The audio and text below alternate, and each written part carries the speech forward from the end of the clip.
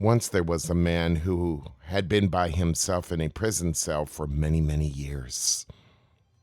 The prison cell had a dirt floor, crude stone walls, and there were 2 windows, one of which looked out towards the ocean.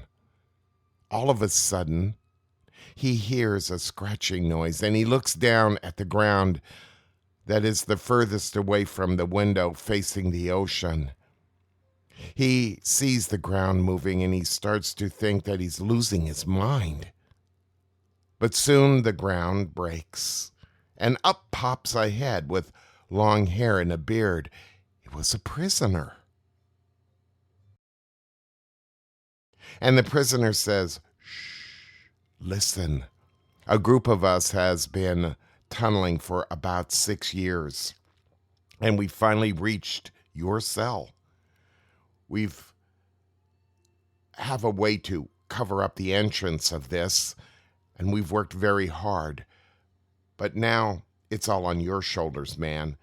All you have to do, he said while pointing out the window towards the ocean, is just start digging here and go down about 6 feet and then out about 75 feet in that direction towards the ocean, and you will have freedom, and you're out of here."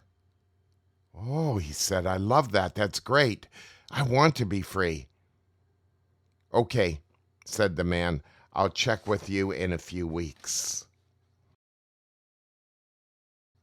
2 weeks later, the man pops back in to check on his friend's progress, and his friend nods back with great affirmation. Yeah, I've done it." So the man who was providing instruction pops down the hole, and in 2 seconds comes right back up and says, "What have you done?" "Huh?" said the man. "I told you to dig in the direction towards the ocean. This tunnel that you dug goes back under the wall and into the prison yard." Well, the digging, he said, was a lot easier towards the prison yard.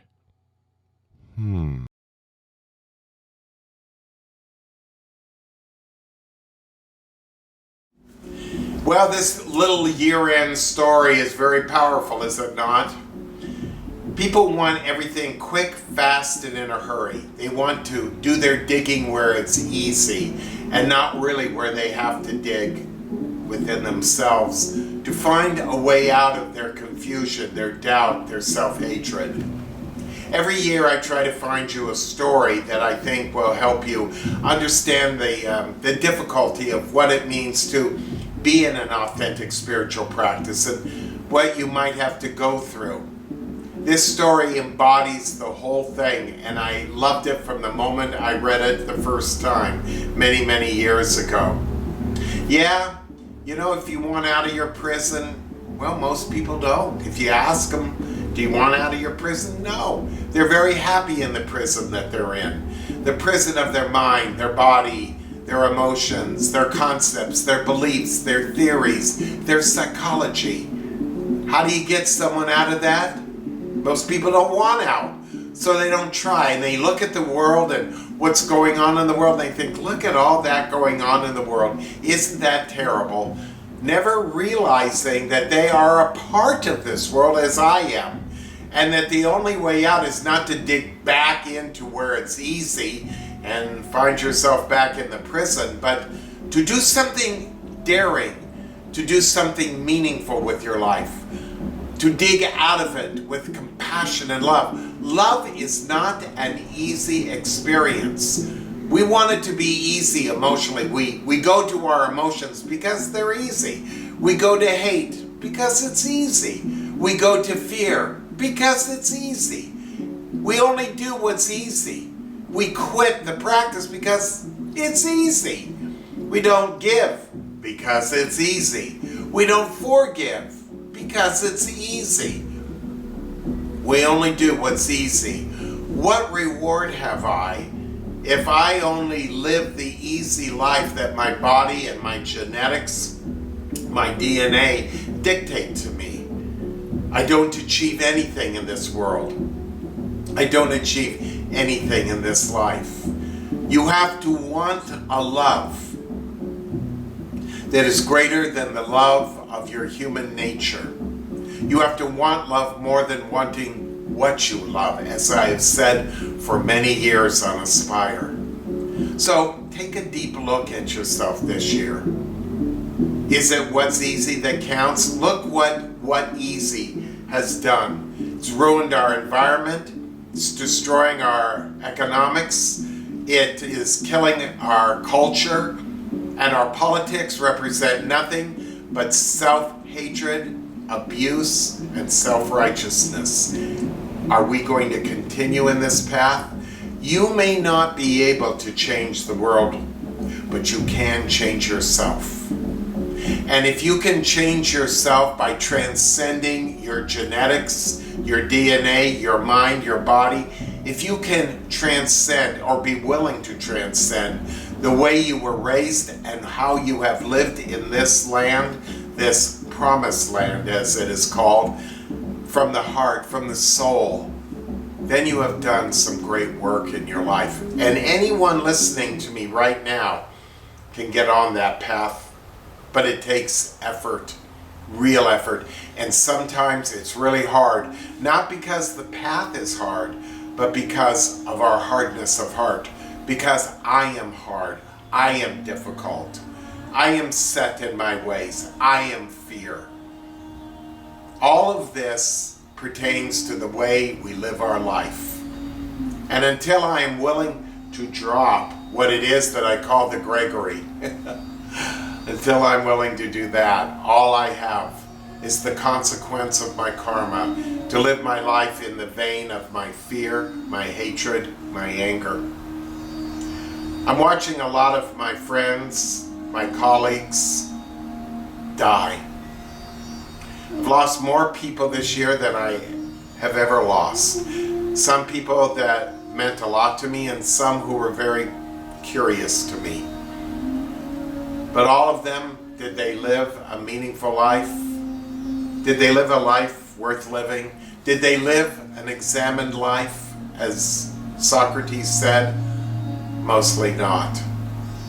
And you think about all the things they went through in the course of their lifetime, and it all arrived at one place, death.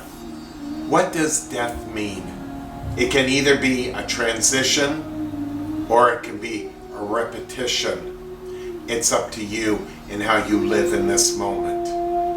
To live in simplicity, solitude, and silence. To come to the place where you understand more than ever before the meaning of forgiveness, generosity, love. They are the things that make life worth living. I hope this served you well, and I hope my little year-end story served you well. Thank you for watching. Please forgive me. Namaste.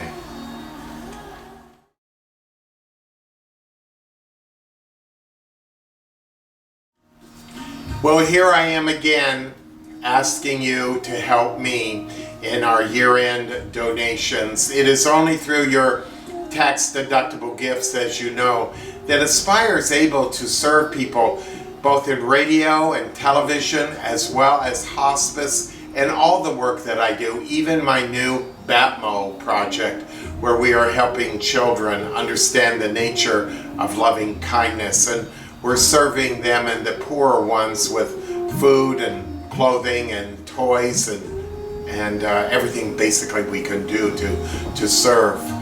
But more than that, it is only through your gifts, your year-end donations, that make all of this worthwhile. I work very hard, 7 days a week, sometimes 2 o'clock in the morning to 3 or 4 o'clock in the afternoon every day. And in my effort to serve you, of course, I need your help. We get a lot of people who watch our TV programs on the internet, as well as listen to our radio programs, but they don't give. They don't become sponsors. And we need you to become sponsors if we are to sustain our efforts. I want to read you a letter. I got recently. And this is typical of what I get. Hi, Greg. I followed you since 1986 when you were teaching in Escondido. You led a place for recovering recovering Catholics, almost the same thing. I don't know what the solution is, however. Something is wrong that you have to constantly beg for more money. It's not good to always talk about being out of money to continue. Also, the mystery donor comments are standard sales manipulation, which does not make you look wise or credible. Note, I follow you anyway. How big of them. Even though I don't have a solution for you, believe me, there is one. The issue is that you have a developing commitment to solving a 30-year-old ongoing problem. You have an incredible ability, and you do need to know that I'm 100% sure you can solve this problem that has eluded you and your work your entire life. Yes, I do. It is, by the way, this guy, the Romy, I've never met him. By the way, he's never given a penny to Aspire. But isn't it interesting that he thinks the way he does, that I have the problem? Maybe I don't. Maybe it's my audience like him that has the problem. I don't even know what to say. I don't know where I would be without the mystery donor. And if he doesn't believe there is one, that's his problem. It's just an alibi for not giving. Everybody has to examine their alibis for what they do and what they don't do. Everybody has to look at their life from the premise of what's important to them and what's not. It has always been difficult to do Aspire. It's been a miracle that I've been able to do all the things I've done. Go look at how many TV series I've done, Emmys, Telly Awards. We have really worked very hard, all of us on the Aspire staff, to make this possible for you. The radio programs alone are very unique, and I answer questions quite candidly. Whether or not I deserve your support, that's a matter of preference. That's a matter of alibi, of really looking at our life from the point of view of kind of a shady past. Maybe it has to do with being undeserving yourself. I don't know. But I know this, that the work that Aspire does, just the work I do at hospice, is more than very important. And that by giving a gift, you enter into the lives of many people you will never meet, people who are grateful that I am there, that I can help them. And the same thing is true with radio and TV. We get a lot of people who watch us, listen to us, but never give to us. Absolutely never give. Because to them it looks free. And there's no one watching them telling them they should give. You see, if I were like traditional religion, I'd tell you, you should be giving. You'll go to hell if you don't give. I don't do any of that. I merely ask. And as you can see, it is an ongoing problem because, as he put it, you know, it's not to be solved. I need someone professional to come in and tell me what to say to you. I know what to say to you to get you to give. I do, but I'm not going to do that. I'm not going to manipulate you. That's not what Aspire is all about. That's not what I'm all about. A lot of you won't give because you don't have the initiative to give. There isn't enough guilt and shame. There isn't enough placation in Aspire emotionally for you to make you want to give. But there's got to be those of you still out there, some of you, the smaller majority of people, who see the value of what I'm trying to do to help you, to awaken you, and maybe even help you get out of this crazy environment we're all in and share in the love and the kindness, the forgiveness that is so important in living. Aspire's in your hands. I need your support. I need some of you, as many as possible, to become sponsors of Aspire. And you can go to the website at aspire.org and go to sponsorship or giving or support, and you will see a drop down menu come down and we'll say why support Aspire. It will help you understand what we're doing and why we're doing it and how to join us. You get a lot of wonderful gifts for being a sponsor. The message of the month, access to my podcast, videocast, commentaries, 122 TV discourses covering all of the TV series I've done over the many years of my broadcasting career.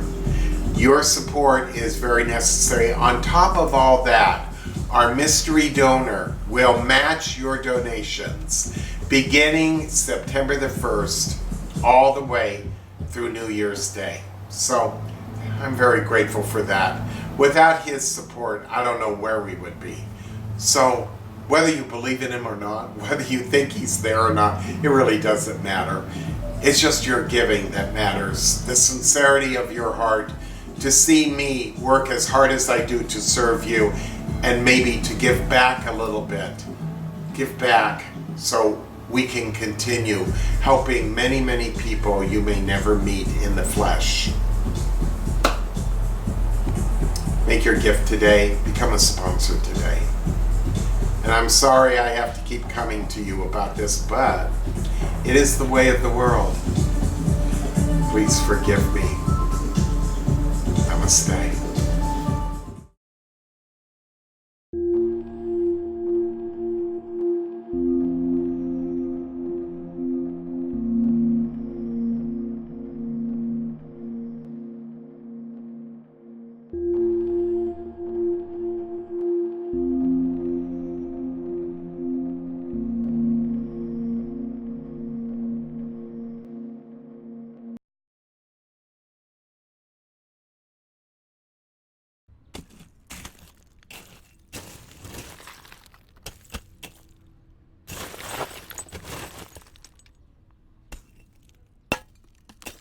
Aha!